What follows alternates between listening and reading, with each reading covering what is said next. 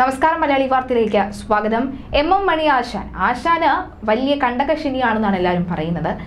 M മണി MLA-ക്കെതിരെ വംശീയ അധിക്ഷേപവുമായി കോൺഗ്രസ് നേതാവ് രംഗത്തെത്തിയിരിക്കുകയാണ്. ഇടുക്കി DCC മുൻ സെക്രട്ടറിയും UDF ദേവികുളം നിയോജക മണ്ഡലം കൺവീനറുമായ OR ശശിയാണ് വിവാദ പരാമർശം നടത്തിയത്. എം മണിയുടെ മുഖത്ത് നോക്കുന്നത് ചുട്ട കശുവണ്ടിയെ നോക്കുന്നത് പോലെയാണെന്നായിരുന്നു ആരോപണങ്ങളിൽ ഒന്ന്. ഡീൻ കുര്യാക്കോസിനെതിരെ മണിയുടെ പ്രസംഗത്തിന് മറുപടിയായിട്ടായിരുന്നു മൂന്നാറിലെ UDF കൺവെൻഷനിൽ ശശിയുടെ പ്രസംഗം. ഡീൻ കുര്യാക്കോസ് ഷണ്ടനാണെന്നും ചത്തതിനൊക്കവെ ജീവിച്ചിരിക്കുന്ന ആളാണ് എന്നും ഇടുക്കി തൂക്കുപാലത്തെ പാർട്ടി പരിപാടിയിൽ നടത്തിയ പ്രസംഗത്തിൽ എം മണി പറഞ്ഞിരുന്നു.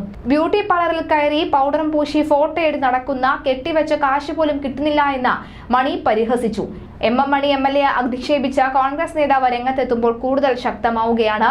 എം മണി പറയുമ്പോൾ അത് നാടൻ പ്രയോഗമെന്നും മറ്റുള്ളവർ പറയുമ്പോൾ അത് ജാതി അധിക്ഷേപമാകുന്നത് എങ്ങനെയെന്നുമാണ് കോൺഗ്രസ് പാളയത്തിൽ നിന്നുള്ള ചോദ്യം.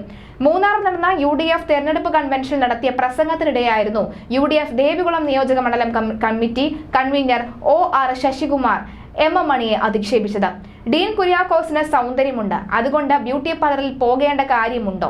അദ്ദേഹത്തിന് സൗന്ദര്യമുണ്ടായത് മാതാപിതാക്കൾക്ക് സൗന്ദര്യമുള്ളത് കൊണ്ടാണ്. മണി അതിനെക്കുറിച്ച് പറഞ്ഞിട്ട് കാര്യമില്ല എന്ന പരാമർശത്തിന് ശേഷമാണ് അധിക്ഷേപാർഹമായി പറഞ്ഞത്. ഡീൻ കുര്യാക്കോസ് ബ്യൂട്ടി പാർലറിൽ പോയി പൗഡർ പൂശി നടക്കുന്നുവെന്ന രീതിയിൽ നേരത്തെ എം മണി പ്രസംഗിച്ചു. വലിയ രീതിയിൽ അത് വിമർശനങ്ങൾ നേരിടുകയും ചെയ്തിരുന്നു.